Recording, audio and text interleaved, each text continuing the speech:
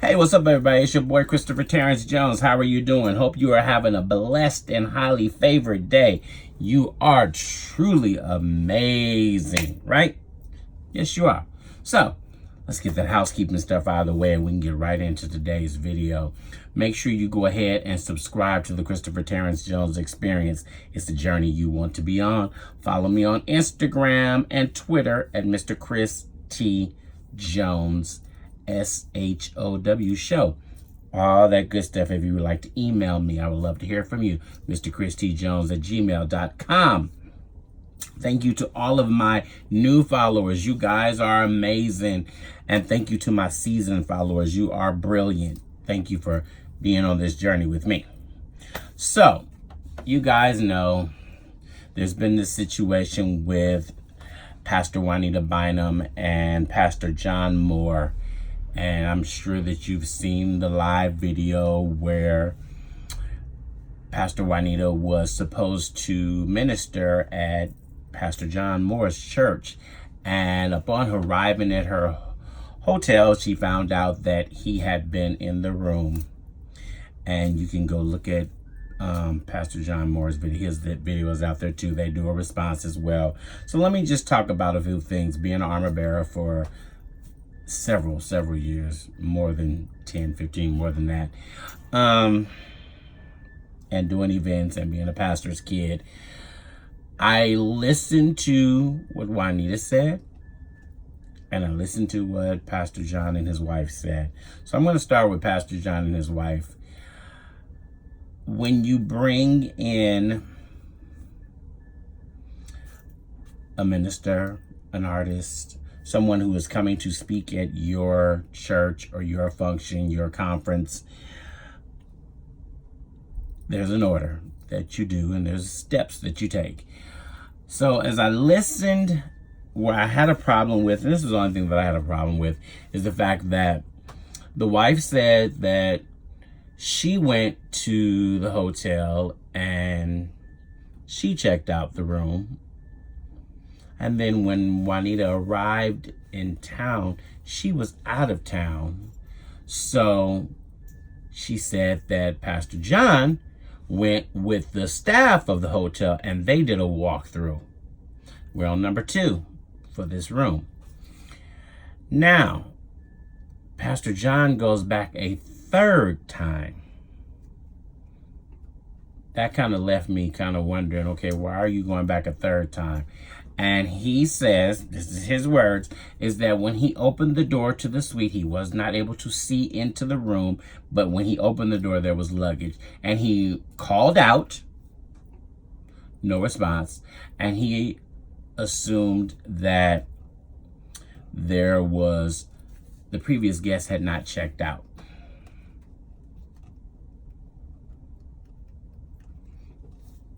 And so he went downstairs immediately to talk with management. Okay. So, in doing events for several years, doing conferences, and I work in transportation, so I do that part and that piece of most of it. When an artist comes in, this is how I operate. When a pastor comes in, and if I'm in my armor bearer status, this is how I operate. I meet you at the airport, or if you have a car that brings you, your car brings you to the hotel. I'm there to meet whoever is your designated person. I hand over the key. If you don't want it left at the front desk, I'm there. If you want it left at the front desk, it's left there at the front desk and you have a way to contact me. My phone is available 24 hours because I'm at your beck and call. There's no need to keep going in this room. I don't understand that part. That's where I'm having an issue with. Why are we going into this room? And if you were going back in this room to leave a gift basket or something, where was the gift basket? Now, because there was never any mention of it from him. He didn't say that it was left there. So that's the problem I have with that. Now,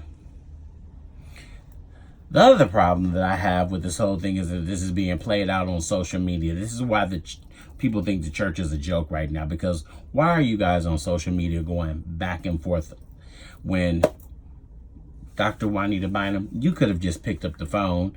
Your staff members, your assistants could have just picked up the phone and called him. So here's my problem with what she said. Now, I love Juanita Bynum. I, several years ago, flew all the way to Philadelphia to see her based off of, back then when No More Sheets was out. I flew to the Praise Power Conference, Bishop Weeks, before she married his son, to see her there.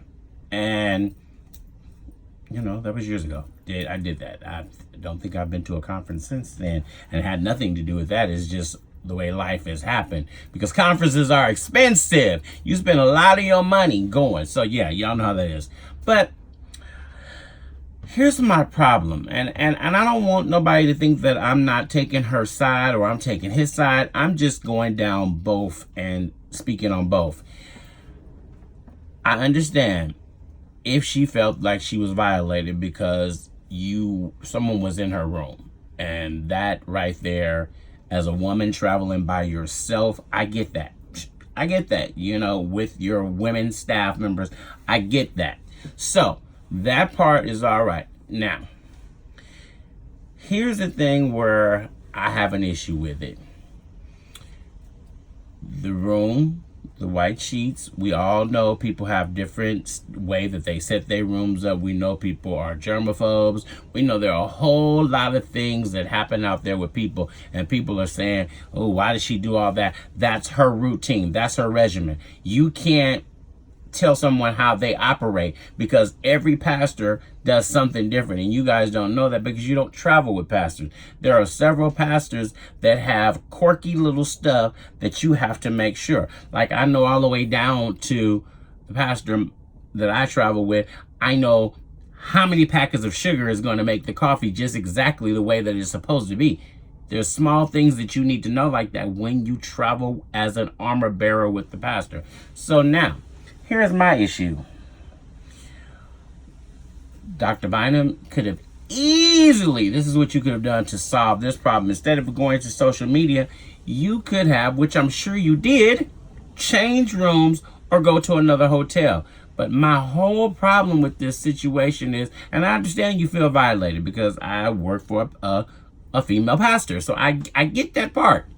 And I don't allow men to go into the room. There's no reason for them to be in this room. If you need to speak with her, you can speak with her in the lobby. That's why I'm here, to stop this foolishness. Okay, but Dr. Bynum, we got past that. He saw your undergarments. He's saying he didn't even address that part. So he didn't address that part. So I won't say that. That's allegedly from he didn't address that. But here's the thing. Why, if you changed to another hotel, why didn't you still show up to minister? Because that's what you were there to do, is to minister. I understand being violated and you felt a certain kind of way, but I was talking with my friend Tish, and I don't want this to sound so pettyish, but you do travel with more than one pair of underwear and one bra. So I'm sure that you had a backup pair that you could have put on that he hadn't seen, so you wouldn't feel naked, because what you were wearing is not what he allegedly saw. Am I not right? Do y'all understand what I'm saying? So are we here for ministry, or were we just trying to find an excuse to not show up to minister? Was it because you were tired, because you've taken too many engagements? And now, of course, when this hit social media, now you get, I guess his name, Ryan Chandler. And he's a pastor who said that everything that this Pastor John Moore is saying happened to him in 2013. If you're out here being a minister of the gospel, and telling people they need to have integrity, I'm wondering, do you have any integrity?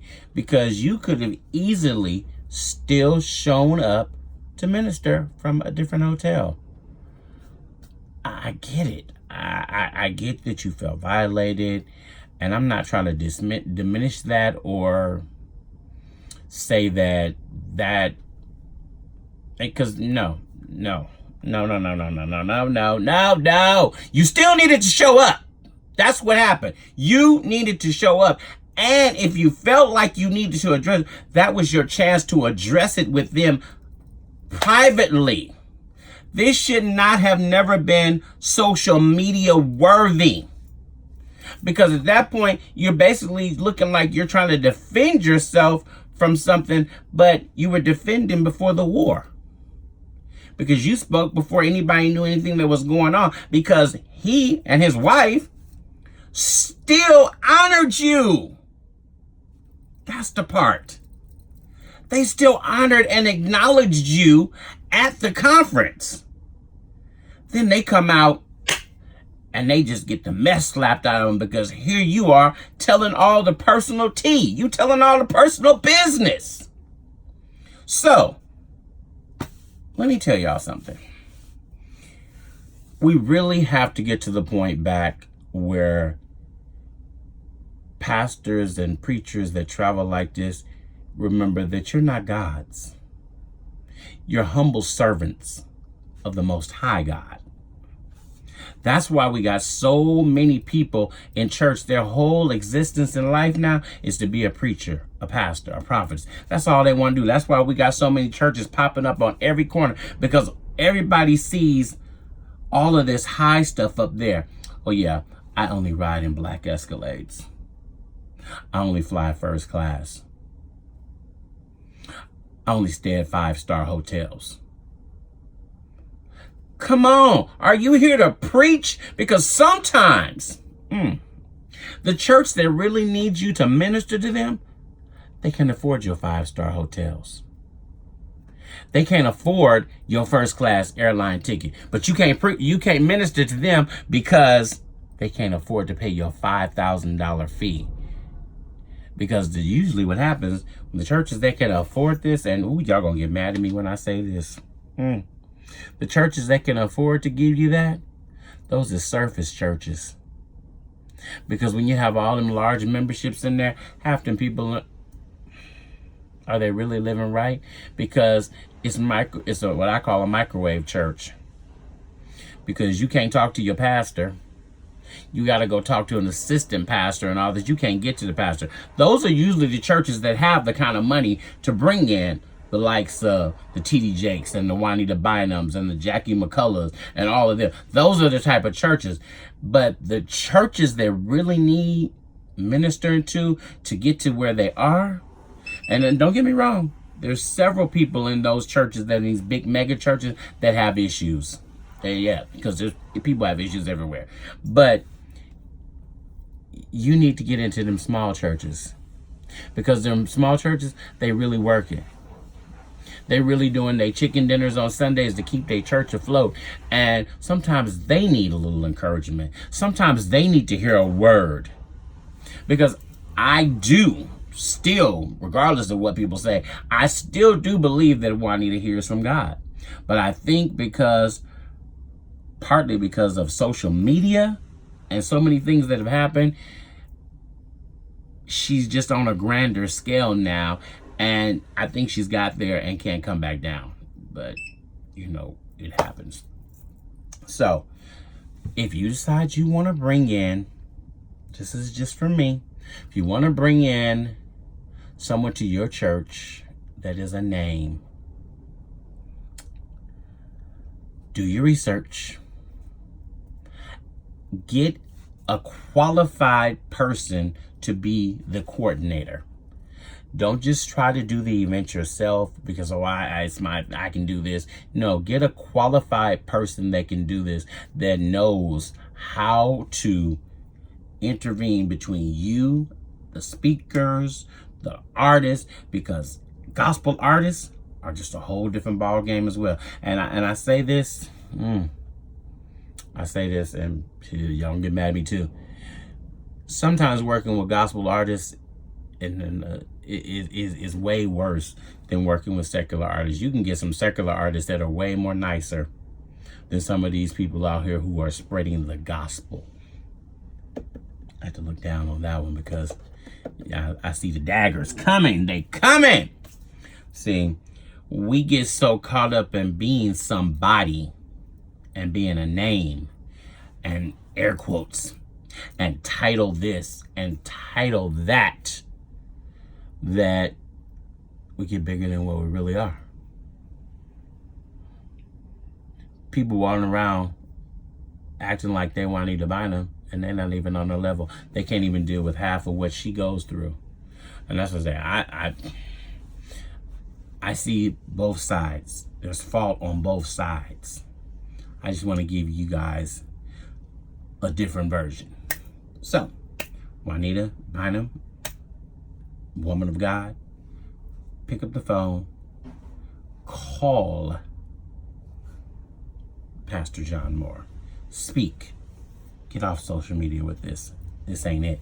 It's your boy, Christopher Terrence Jones. Y'all let me know what y'all think. Hey, y'all may not like my opinion, but it is just my opinion. Share this video. I'm out. Peace.